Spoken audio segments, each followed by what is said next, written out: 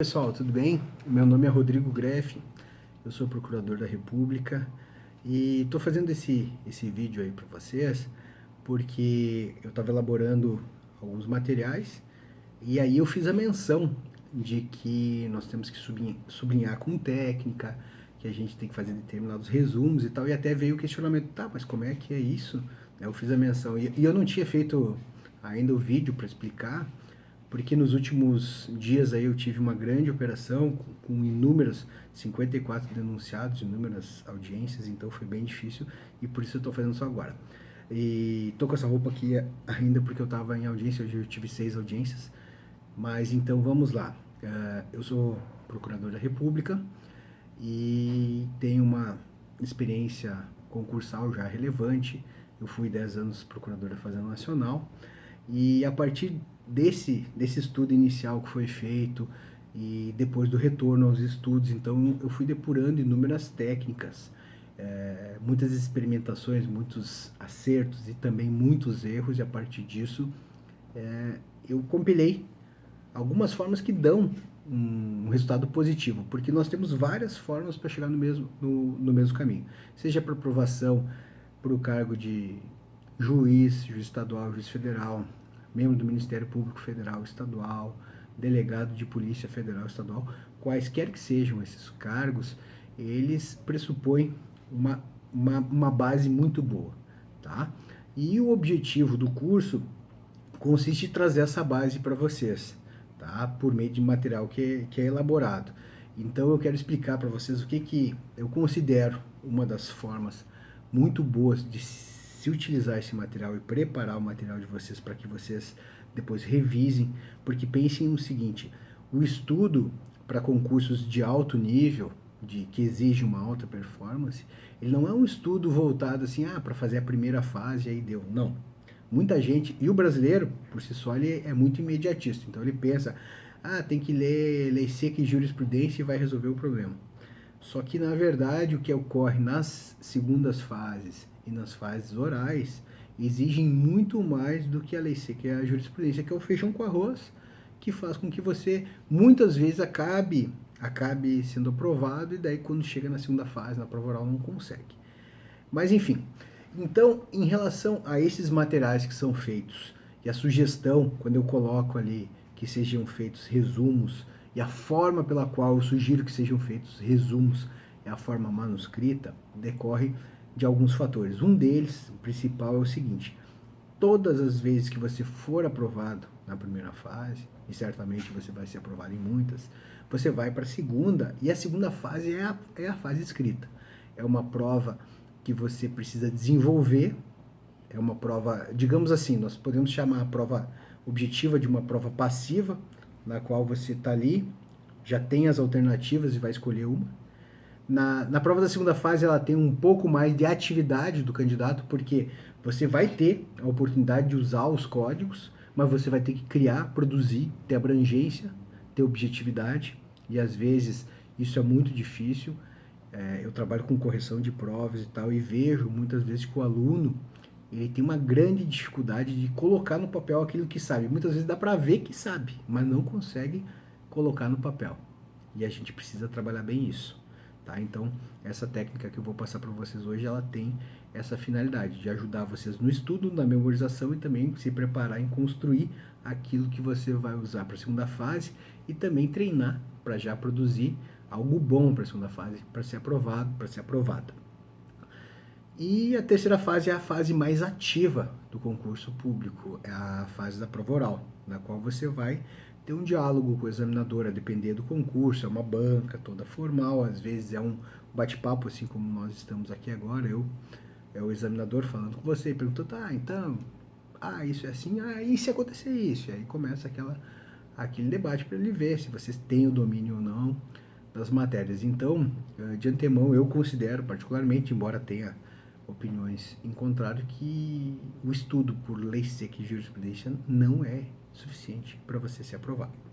Pode ser que tenha um ou outro, uma exceção, que foi aprovado e tal, mas essa é a exceção. No meu concurso, por exemplo, para ter uma base, nós tínhamos 84 aprovados, e eu não conheço alguém que ficou só na lei seca e na jurisprudência para ser aprovado, tá? Mas vamos lá, pessoal.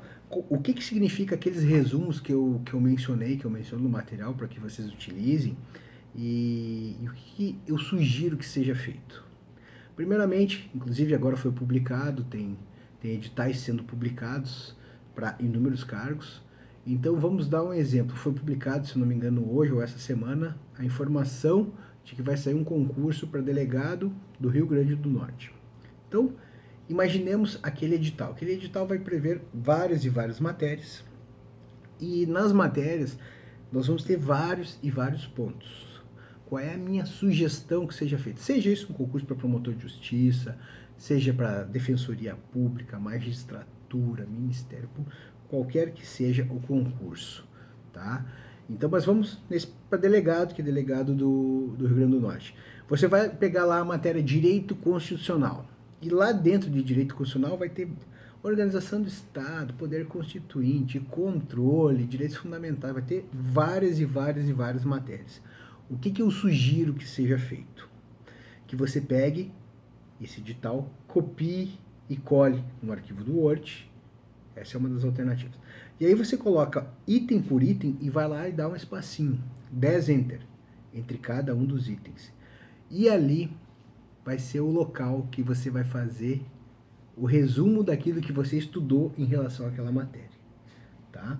Então vai ter direito constitucional, vai ter penal, vai ter processo penal, vai ter civil, processo civil, vai ter inúmeras matérias.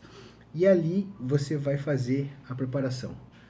E como é que funciona a preparação? Você vai lá, vai fazer a leitura do material, vai fazer a leitura dos resumos e depois você vai pegar e vai transplantar, vai fazer o resumo e vai fazer esse resumo de que forma? Como se você estivesse respondendo uma questão subjetiva. E o que significa isso?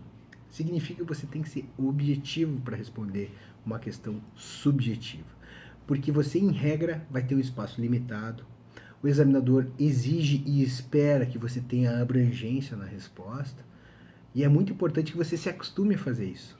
E aí você vai ter o teu material no lado, você vai ter o código, vai ter a jurisprudência, vai ter o material impresso ou no computador. E aí a partir disso você vai ler o material e vai fazer o resumo. Você fazendo isso, você vai estar memorizando, organizando o conteúdo na tua cabeça e vai ter uma capacidade muito maior de lembrar, seja para a prova objetiva, seja para construir a resposta na prova subjetiva, seja também para a prova oral. Tá? Então é muito importante que você, na medida e proporcionalidade que você vá lendo, você vá produzindo isso. Então por isso que eu coloco ali, resumir os pontos de forma manuscrita. Tem gente que gosta, tudo no computador, é no tablet e tal. Pessoal, isso aí não vai com você, não é assim que você vai responder na prova. Além disso, a gente que atua na área jurídica acaba tendo alguns vícios pela utilização do computador. Usar Ctrl+C, Ctrl+V, usar termos que são inúteis para a prova subjetiva. Imagine que você vai colocar uma resposta e coloca assim, com efeito, cabe salientar pela importância do tema, blá, blá, blá. Isso aí não serve para nada, só está perdendo espaço. Vai lá e responde a questão. Aqueles vícios, deveras, conforme fundamentação alhures, o aerópago, não sei o que, não precisa nada disso. Quando se fala em objetividade na resposta subjetiva, se tem um escopo de que você consiga inserir o máximo de conteúdo dentro do espaço dado. A depender do concurso, você tem variações de espaço para resposta. Então, é muito importante que você se habilite para fazer isso. E o nosso objetivo não é que você seja aprovado na prova objetiva apenas. Estou falando objetivo demais, né? Então, a nossa pretensão, a nossa finalidade é que vocês sejam aprovados em todas as fases do concurso.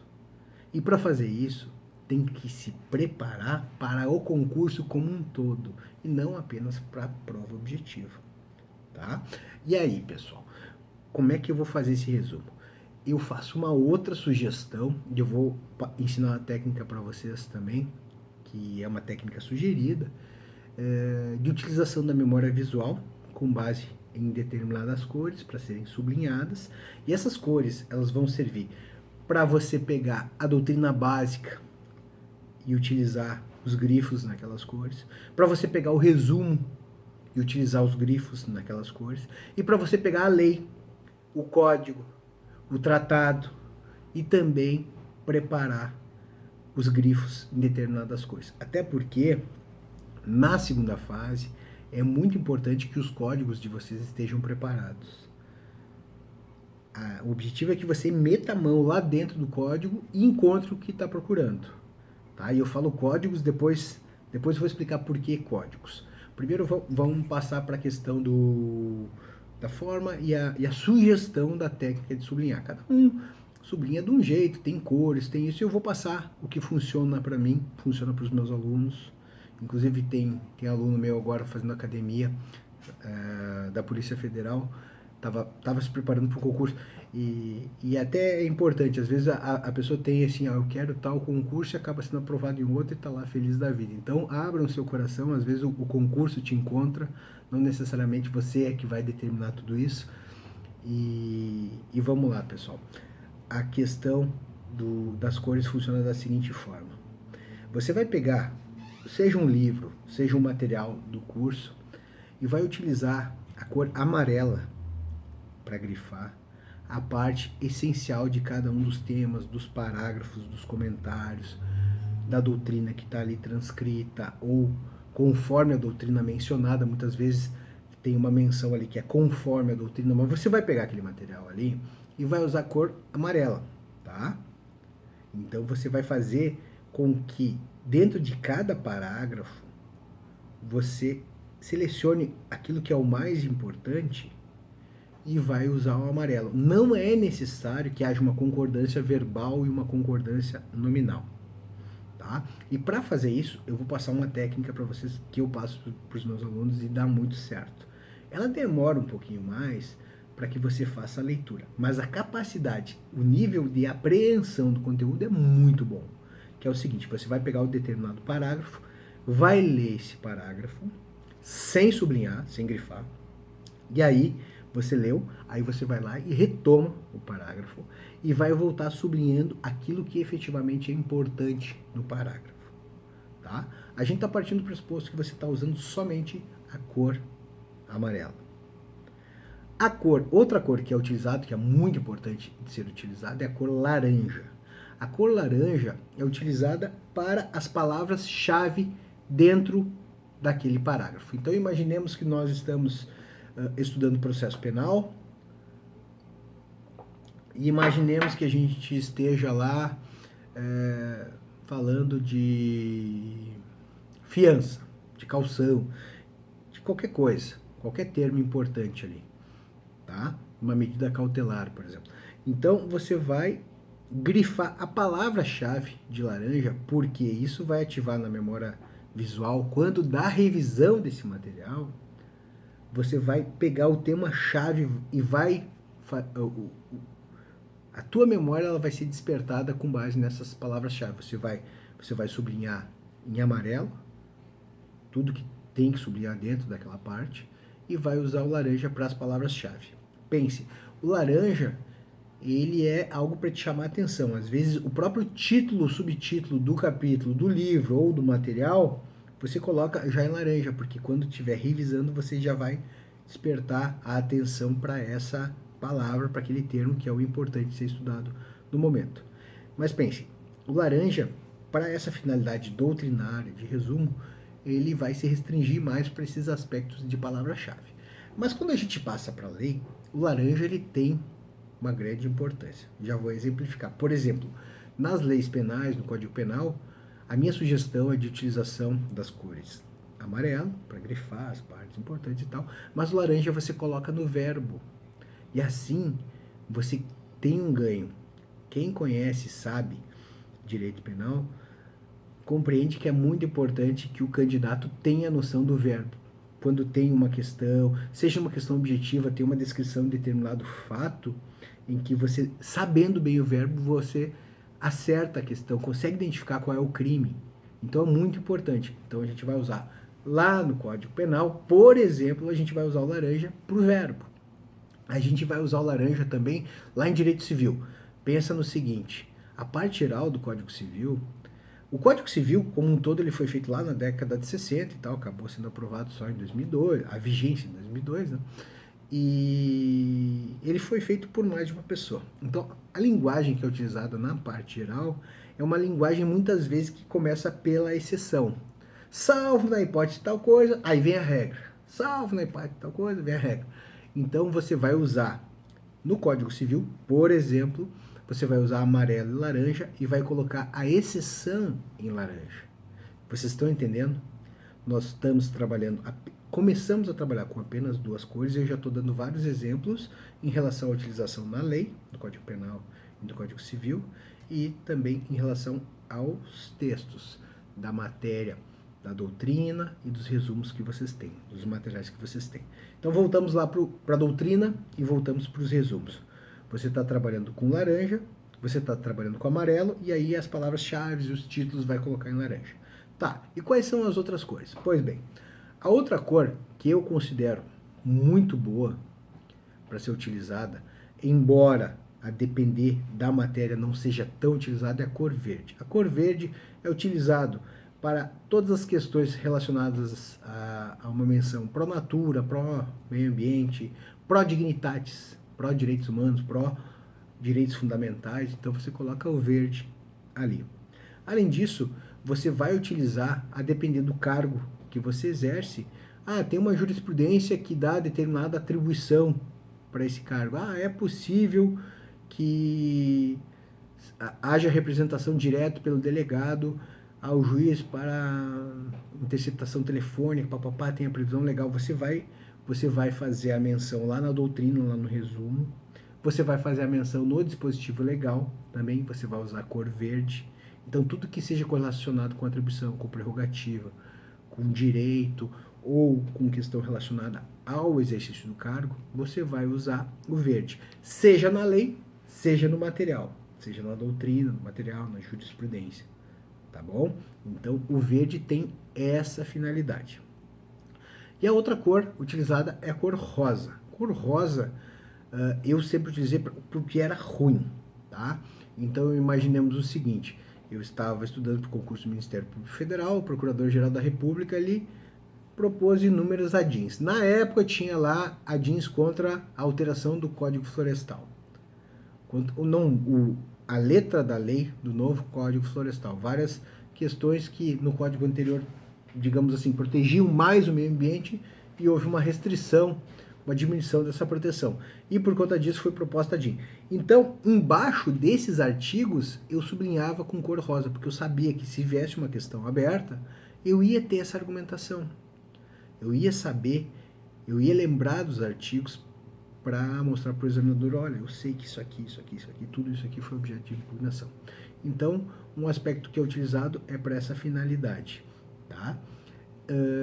E é utilizado também naquilo que, na jurisprudência, é algo que você não concorde, ou uma jurisprudência, a depender do cargo que você exerce, ela é uma jurisprudência contrária àquelas pretensões, então você usa a cor rosa, tá? Vai te chamar a atenção.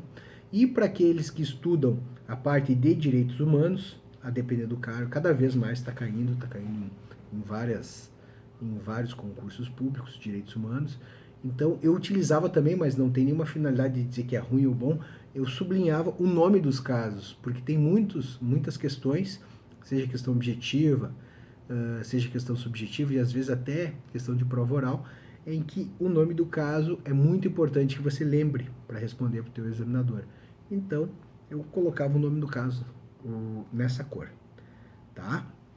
Então, passada a questão das cores, lembrando o amarelo, para que você faça o sublinhado daquela parte mais importante, a cor laranja, para aquilo que é a palavra-chave, o título da matéria, o conteúdo que está sendo estudado, tá? O cor verde, para aquilo que é bom, que é pró-natura, pró-ambiente ou pró-instituição que você pretende fazer o cargo, o concurso, tá? E o rosa para aquilo que é ruim em relação à parte de resumo, de doutrina e também o nome dos casos, né? Você coloca o nome dos casos em rosa.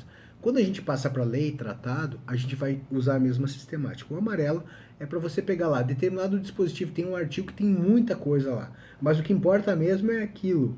Aí você vai ver só aquela parte e vai colocar em laranja. A palavra-chave você vai colocar, do que trata o artigo, vai colocar, perdão, o que é importante você coloca em amarelo. A palavra-chave você coloca em laranja. A título de sugestão, em direito penal, os verbos você coloca em laranja. A título de sugestão, no Código Civil, as exceções você coloca em laranja. E regra geral, na legislação, você coloca o termo mais importante, a palavra-chave que tem, não necessariamente em todos os artigos, você vai usar o laranja. Tá? E você pode, se tem determinada lei que você considera que é inconstitucional, que é ruim, que não é boa, ou que merece reforma e tal, você usa a cor rosa.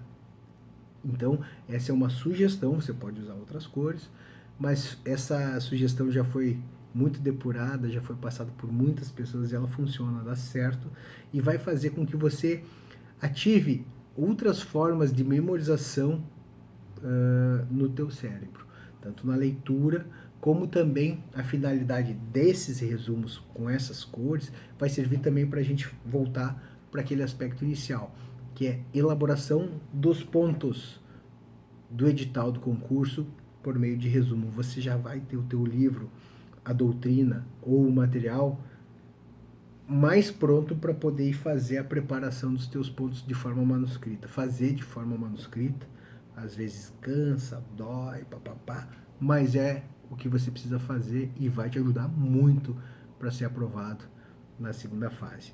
Tá, pessoal? Então, a explicação sobre sublinhar com técnica perpassa justamente por isso. Você tem que ter uma técnica, você tem que ler o parágrafo e voltar para sublinhar. Você vai ver como vai aumentar o rendimento. Uma outra sugestão que eu dou é que vocês, ao longo do tempo, façam uma medição para ter uma estimativa de quantas páginas por hora que vocês conseguem ler utilizando essa técnica. Isso é muito importante, tá?